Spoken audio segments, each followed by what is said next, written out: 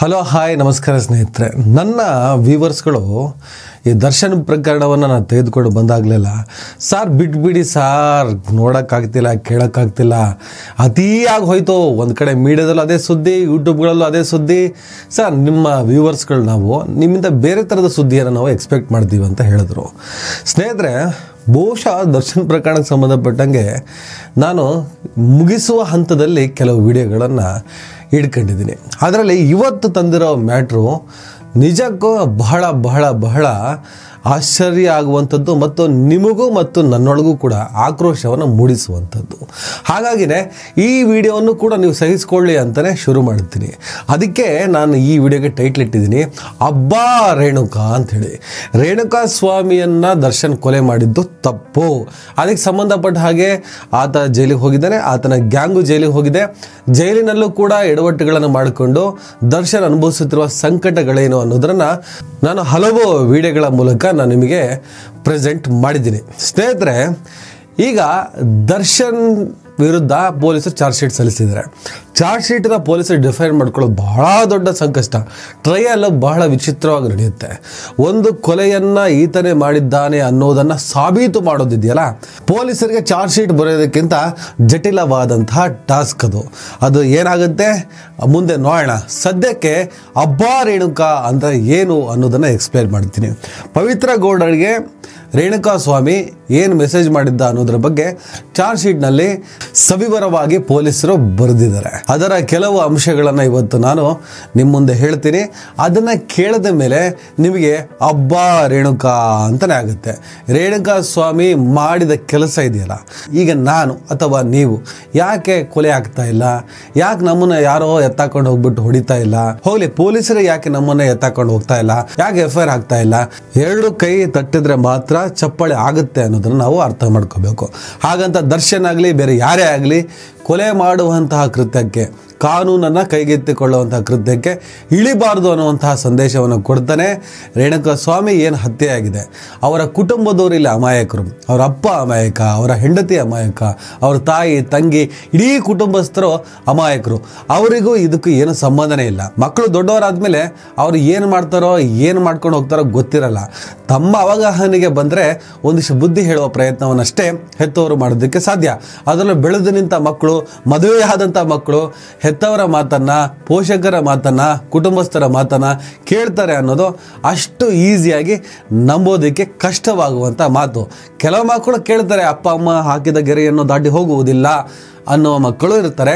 ಆದರೆ ಆ ಗೆರೆಯನ್ನು ದಾಟಿ ಹೋಗುವ ಮಕ್ಕಳೇ, ದಾಟಿ ಹೋಗುವಂತಹ ಕುಟುಂಬದ ಸದಸ್ಯರೇ ಜಾಸ್ತಿ ಇರ್ತಾರೆ ಅನ್ನೋದನ್ನು ನಾವು ಅರ್ಥ ಮಾಡಿಕೊಳ್ಳುವುದರ ಜೊತೆಗೆ ಆ ರೇಣುಕಾ ಸ್ವಾಮಿಯವರ ಕುಟುಂಬಸ್ಥರು ಈ ಎಲ್ಲ ವಿಚಾರದಲ್ಲೂ ಅಮಾಯಕರು.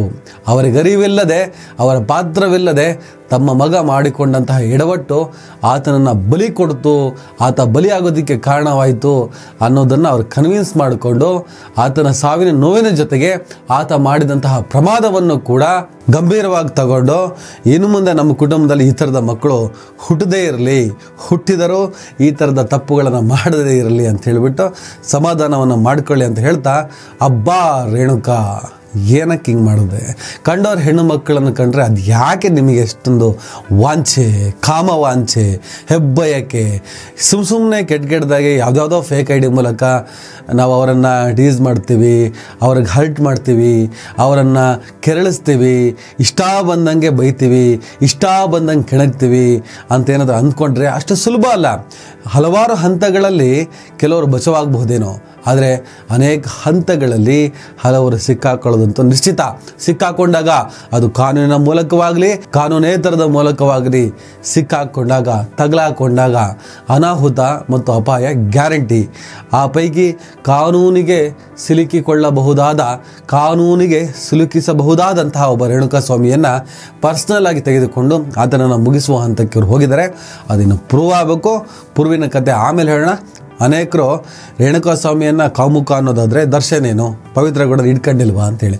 ನೋಡಿ, ಒಪ್ಪಿತ ಸಂಬಂಧಗಳು ಬೇರೆ ಆಗ್ತವೆ. ಜೊತೆಗೆ ಪವಿತ್ರ ಗೌಡಳನ್ನು ಮದುವೆ ಆಗಬೇಕು ಅಂತ ನಾನು ಇದ್ದೀನಿ, ಅಥವಾ ಮದುವೆನೂ ಆಗಿರಬಹುದು. ಈ ಥರದ ಲೆಕ್ಕಾಚಾರದಲ್ಲಿ ನಡೀತಿರುವಂಥ ಸಂಬಂಧ ಅದು ಬಟಾ ಬಯಲಾದಂಥ ಸಂಬಂಧ. ದರ್ಶನ್ ಕಂಡು ಹೆಣ್ಣು ಮಕ್ಕಳ ಜೊತೆ ಹೋಗ್ತಾ ಇದ್ದ, ಅದೆಲ್ಲದರೂ ಬಟಾ ಬಯಲಾಗಿತ್ತು, ಬೆತ್ತಲಾಗಿತ್ತು ಅಂದರೆ ಬೇರೆ ಮಾತು. ಪವಿತ್ರ ಗೌಡ ಆಕೆ ಜೊತೆ ಈತ ಲಿವ್ ಇನ್ ರಿಲೇಷನ್ಶಿಪ್ನಲ್ಲಿ ಇರ್ತಾನೆ, ಪ್ರೀತಿ ಮಾಡ್ತಿರ್ತಾನೆ.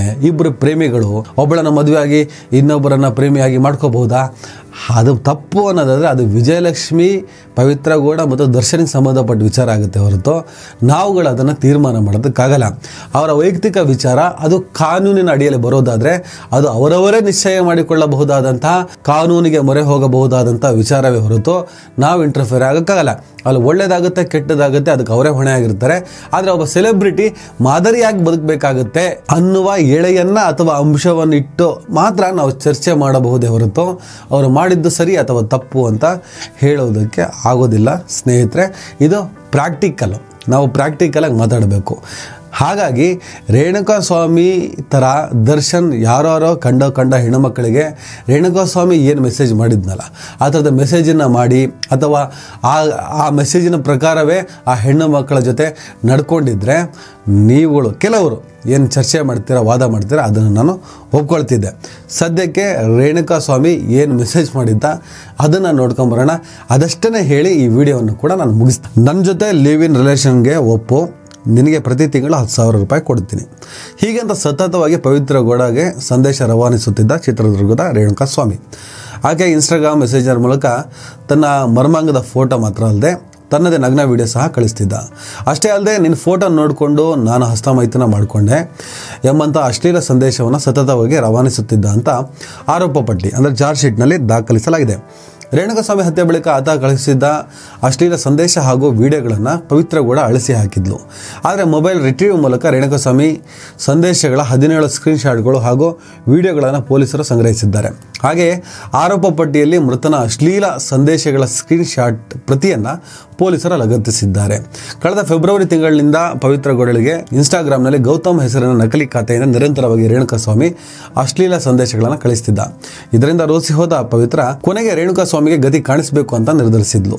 ಈ ಅಶ್ಲೀಲ ಸಂದೇಶಗಳ ಸಂಗತಿನ ದರ್ಶನ್ ಆಪ್ತರಾದ ಪವನ್ ಹಾಗೂ ವಿನಯ್ಗೆ ಪವಿತ್ರ ಹೇಳಿದ್ಲು. ಕೊನೆಗೆ ರೇಣುಕನನ್ನು ಪತ್ತೆ ಹಚ್ಚಿ ಕರೆತಂದು ಪಟ್ಟಣಗೆರೆ ಶೆಡ್ನಲ್ಲಿ ದರ್ಶನ್, ಪವಿತ್ರ ಇತರರು ಸೇರಿ ಕೊಲೆ ಮಾಡಿದ್ದರು ಅನ್ನೋದು ಆರೋಪ.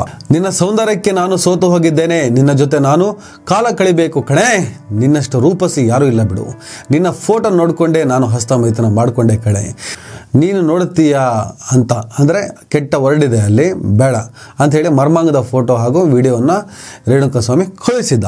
ನನ್ನ ಜೊತೆ ಲಿವ್ ಇನ್ ರಿಲೇಷನ್ಶಿಪ್ನಲ್ಲಿರು, ಪ್ರತಿ ತಿಂಗಳು 10,000 ರೂಪಾಯಿ ಕೊಡ್ತೀನಿ, ಬೆಂಗಳೂರಿಗೆ ನಾನು ಪ್ರತಿ ತಿಂಗಳು ಬರ್ತೇನೆ, ನಿನ್ನ ಸೌಂದರ್ಯಕ್ಕೆ ಫಿದಾಗಿದ್ದೇನೆ, ನಿನ್ನ ಜೊತೆ ಯಾವಾಗ ಸೇರ್ತೀನೋ, ನಿನ್ನ ಫೋಟೋದಲ್ಲಿ ನೋಡೋದಕ್ಕೆ ಹೇಗಿದೆಯಾ, ಇನ್ನೂ ಈ ರೀತಿಯಾಗಿ ಪವಿತ್ರ ಗೌಡಳಿಗೆ ಮೆಸೇಜನ್ನು ಮಾಡಿರ್ತಾನೆ. ಈ ಥರದ ಅನೇಕ ಮೆಸೇಜ್ಗಳಿದ್ದಾವೆ, ಸುಮಾರು 17 ಸ್ಕ್ರೀನ್ಶಾಟ್. ಇವೆಲ್ಲವೂ ಚಾರ್ಜ್ ಶೀಟ್ನಲ್ಲಿ ಪೊಲೀಸರು ಉಲ್ಲೇಖ ಮಾಡಿದರೆ ಅದು ಕೂಡ ಜಡ್ಜ್ ನೋಡ್ತಾರೆ, ಇವರ ಕೃತ್ಯವನ್ನು ನೋಡ್ತಾರೆ. ಅಲ್ಟಿಮೇಟ್ ಆಗಿ ಕಾನೂನನ್ನು ಯಾರೂ ಕೂಡ ಕೈಗೆತ್ಕೊಳ್ಳೋಕ್ಕಾಗಲ್ಲ. ಆತ ಮಾಡಿದ ತಪ್ಪು ಅಂದರೆ ಆತನನ್ನು ಶಿಕ್ಷಿಸೋದಕ್ಕೆ ನಮ್ಮ ಕಾನೂನಿತ್ತು, ಪೊಲೀಸರಿಗೆ ದೂರು ದಾಖಲಿಸ್ಬೋದಾಗಿತ್ತು.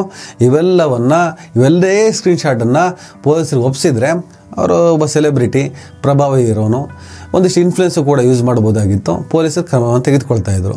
ಆದರೆ ಈ ಗ್ಯಾಂಗ್ ಮಾಡಿದ್ದು ಅಂದರೆ ಈ ಗ್ಯಾಂಗ್ನಲ್ಲಿ ದರ್ಶನ್ ಮಾಡಿದ್ನ, ಅವ್ನು ಮಾಡಿದ್ನ, ಇವ್ನು ನಿರಪರಾಧಿನ, ಇವನು ಅಪರಾಧಿನ ಅಂತ ಹೇಳೋಕ್ಕಾಗಲ್ಲ.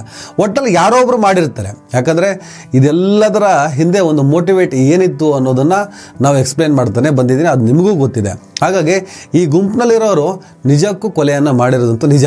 ಆದರೆ ಕೊಲೆ ಪರ್ಟಿಕ್ಯುಲರ್ ಯಾರು ಮಾಡಿದ್ರು, ಯಾರು ಹೊಡೆದಾಗ ಸತ್ತೋದ, ಆದ ನಂತರ ಏನಾಯಿತು, ಏನು ಬೆಳವಣಿಗೆ ಅನ್ನೋದೆಲ್ಲ ಚಾರ್ಜ್ ಶೀಟ್ನಲ್ಲಿದೆ. ಚಾರ್ಜ್ ಶೀಟ್ ಪ್ರಕಾರವಾಗಿ ದರ್ಶನ್ ಮತ್ತು ಪವಿತ್ರ ಗೌಡ 100ಕ್ಕೆ 100 ರೇಣುಕಾಸ್ವಾಮಿಯ ಹತ್ಯೆಯಲ್ಲಿ ಭಾಗಿಯಾಗಿದ್ದಾರೆ. ಆ ಹತ್ಯೆಗೆ ಇವರೇ ರಿವಾರಿಗಳು. ಆ ಕಾರಣಕ್ಕೆ A1 A2 ಇವರನ್ನೇ ಹಾಕಲಾಗಿದೆ, ಇವರನ್ನೇ ಪರ್ಟಿಕ್ಯುಲರ್ ಆಗಿ ಮುಖ್ಯ ಆರೋಪಿಗಳು ಅಂತೇಳಿ ಚಾರ್ಜ್ ಶೀಟ್ನಲ್ಲಿ ಬಿಂಬಿಸಿದ್ದಾರೆ. ಕೋರ್ಟ್ಗೂ ಕೂಡ ಅದನ್ನು ಸಲ್ಲಿಸಿದ್ದಾರೆ. ಆ ಪ್ರಕಾರವಾಗಿ ಏನಾದರೂ ತನಿಖೆ ಆದರೆ, ಶಿಕ್ಷೆ ಏನಾದಾದರೆ 16 ವರ್ಷಗಳ ಕಾಲ ದರ್ಶನ್ ಆಗಲಿ ಪವಿತ್ರ ಆಗಲಿ ಜೈಲಿಂದ ಮುಕ್ತಿ ಆಗೋದಂತೂ ಸಾಧ್ಯ ಇಲ್ಲ. ಈಗ ಚಾರ್ಜ್ ಶೀಟ್ ಆಗಿದೆ, ಟ್ರಯಲ್ ನಡೀಬೇಕು. ಈ ಹಂತದಲ್ಲಿ ಇನ್ನೊಂದು 2-3 ತಿಂಗಳಲ್ಲಿ ಬೇಲಂತೂ ಖಂಡಿತ ಆಗುತ್ತೆ, ಹೊರಗೆ ಬರ್ತಾರೆ. ಆನಂತರ ಆರೋಪ ಏನಾದರೂ ಸಾಬೀತಾದರೆ ಇವ್ರನ್ನ ಕಾಪಾಡೋದಕ್ಕಂತೂ ಸಾಧ್ಯ ಇಲ್ಲ. ಇದೆಲ್ಲ ಕಾನೂನಿನ ಪ್ರಕ್ರಿಯೆಗಳು, ಕಾನೂನಿನಲ್ಲೇ ಆಗುವಂತಹ ವಿದ್ಯಮಾನಗಳು, ಬೆಳವಣಿಗೆಗಳು ಅಂತಲೇ ಇಟ್ಕೊಳ್ಳೋಣ. ಆದರೆ ರೇಣುಕಾಸ್ವಾಮಿ, ದಯವಿಟ್ಟು ರೇಣುಕಾಸ್ವಾಮಿ ಅಂತ ಮನಸ್ಥಿತಿಯರು ತುಂಬ ಜನ ಇರ್ತಾರೆ. ಇವತ್ತಿಗೆ ನಮಗೂ ಕೂಡ ಇನ್ಬಾಕ್ಸ್ಗಳಲ್ಲಿ, ಇನ್ಸ್ಟಾಗ್ರಾಮಲ್ಲಿ, ಫೇಸ್ಬುಕ್ಕಲ್ಲಿ ಕೆಟ್ಟದಾಗಿ ಕಮೆಂಟ್ ಮಾಡ್ತಾರೆ, ಟ್ವೀಟಲ್ಲೆಲ್ಲ, ಯೂಟ್ಯೂಬ್ನಲ್ಲೂ ಕೂಡ ಕೆಟ್ಟದಾಗಿ ಹೆಂಡತಿ ಮಕ್ಕಳನ್ನು ಎಳೆತಂದು ತಾಯಿನ ತಂಗಿನ ಎಲ್ಲ ಬೈತಾ ಕಮೆಂಟ್ಗಳನ್ನು ಹಾಕೋರು ತುಂಬ ಜನ ಇರ್ತಾರೆ. ಬಹುತೇಕ ರೇಣುಕಾಸ್ವಾಮಿ ಥರನೇ ಫೇಕ್ ಐಡಿಯಾನ ಮಾಡ್ಕೊಂಡು ಬಂದು ಕಮೆಂಟ್ ಮಾಡೋರು. ಯಾರು ಕೂಡ ಒರಿಜಿನಲ್ ಐಡಿಯಲ್ಲಿ ಬಂದು ಕಮೆಂಟನ್ನು ಮಾಡೋದಿಲ್ಲ. ಅವ್ರಿಗೆ ನಾವು ಫೇಕ್ ಐಡಿಯಲ್ಲಿ ಮಾಡೋದ್ರಿಂದ ನಾವು ತಗ್ಲಾಕೊಳ್ಳಲ್ಲ, ಯಾವುದೇ ಕಾರಣಕ್ಕೂ ನಾವು ಸಿಕ್ಬೀಳಲ್ಲ ಅಂಥೇಳಿ ಈ ಕ್ಷಣಕ್ಕೂ ಕೂಡ ಅವರಿಗೆ ಧೈರ್ಯ ಇದೆ. ಆದರೆ ರೇಣುಕಾಸ್ವಾಮಿಯ ಪ್ರಕರಣ ಅವ್ರಿಗೆ ಪಾಠ ಆಗಲಿ. ನೀವು ಯಾವುದೇ ರೀತಿಯ, ಅದೆಷ್ಟೇ ರೀತಿಯ ಮುಖವಾಡವನ್ನು ಹಾಕ್ಕೊಂಡು ಬಂದರೂ ಒಂದು ದಿನ ತಗಲಾಕೊಳ್ತೀರ.